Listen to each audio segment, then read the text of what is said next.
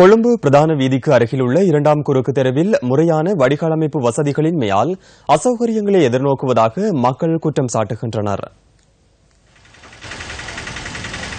கொழும்பு பிரதான வீதிக்கு அருகிலுள்ள இரண்டாம் குறுக்கு தெரு சன நெரிசல் மிக்க பகுதியாகும்.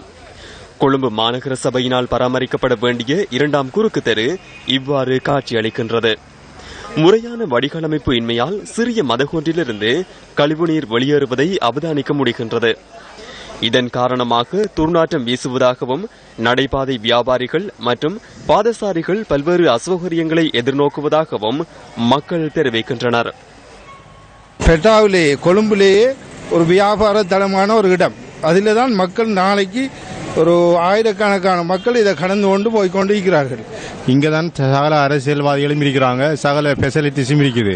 அப்போ இங்கே இந்த பிரச்சனையை பார்க்க முடியலாட்டி இந்த மாநகர மேயர் என்ன செய்கிறார்? தூங்கி கொண்டு இருக்கிறாரா?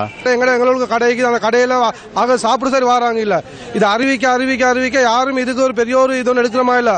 சிரட்டையில் கொஞ்சம் தண்ணி இருந்துன்னு சொன்னால் அதுக்கு எங்களுக்கு வழக்கு போடுறாங்க. அப்போ இப்படி கிடக்கும்போது 10-15 நாளுக்குமா அதை சரியாக கிளீன் பண்ணி தரணும். இந்த விடயம் தொடர்பில் 3 மாதங்களுக்கு முன்னர் கொழும்பு மாநகர சபைக்கு அறிவிக்கப்பட்டு குறித்த பகுதி சுத்தப்படுத்தப்பட்டுள்ளது.